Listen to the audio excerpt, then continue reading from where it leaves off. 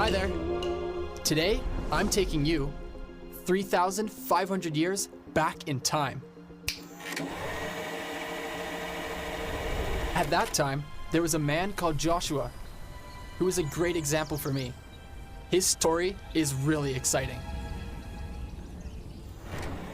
Maybe you've heard the story of when Moses and the Israelites left Egypt. They started a long journey towards a country that God had promised to give them. And God could talk to Moses so that he knew exactly what to do on the way. The people experienced amazing miracles, like when God opened up the Red Sea for them.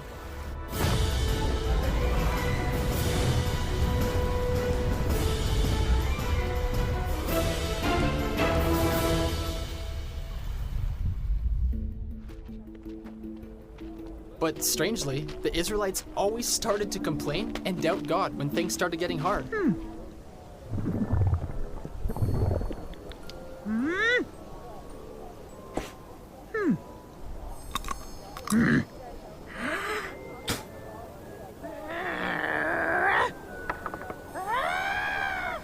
But Joshua was different. Just like Moses, he was always full of faith in God. Joshua quickly became one of the Israelites' most important warriors. He must have learned a lot from Moses.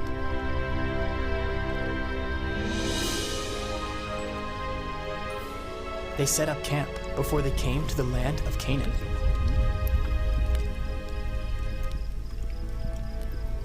I have chosen you, 12 strong and brave chieftains, to spy out the land of Canaan for 40 days. Of course, Joshua was one of the spies, and so was his friend, Caleb. We will find out everything we need to know about the land God has given us. No one was allowed to know why they were there, and they didn't give away their plans to anyone. The land was way better than they thought.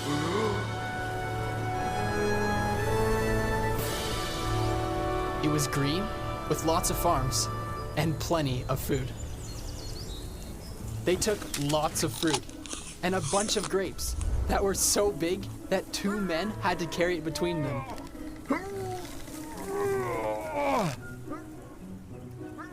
It was so fantastic that they said that It is a land that flows with milk and honey. But there was one big challenge in the land.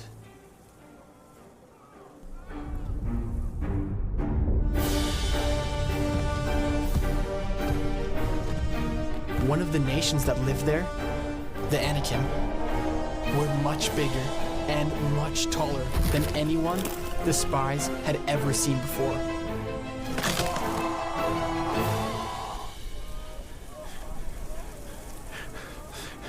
Those people are actually giants. Yeah, those cities are gonna be really hard to take.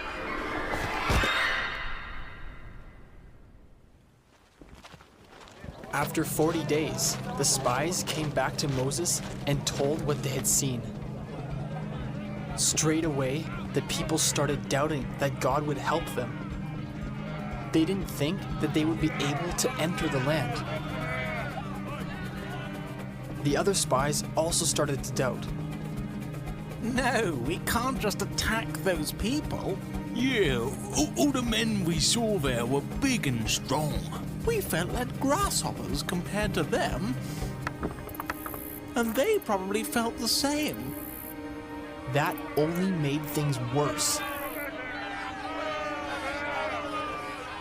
If only we had died in Egypt. If only we could die here in the wilderness.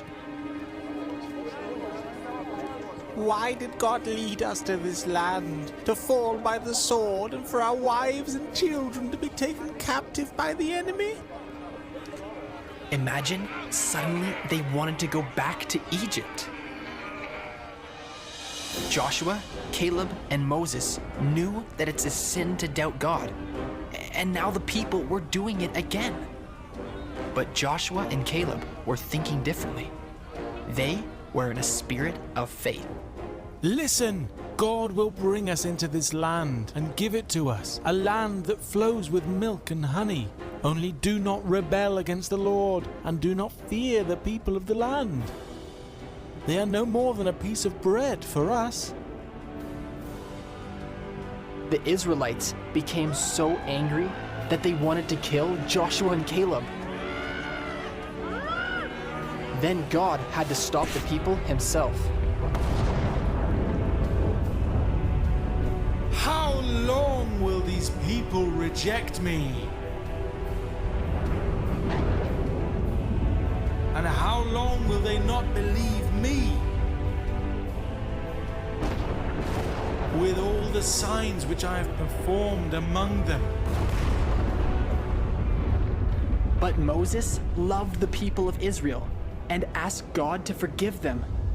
And because Moses was a faithful man, God decided to listen.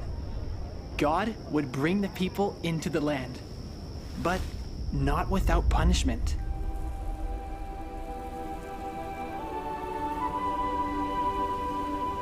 Because the people of Israel didn't believe, God would let them wander in the wilderness for 40 years before they could enter Canaan.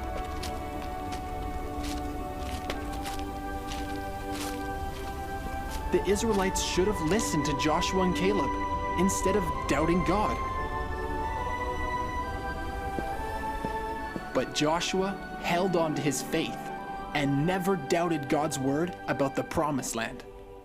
But we'll hear more about that in the next episode. See ya!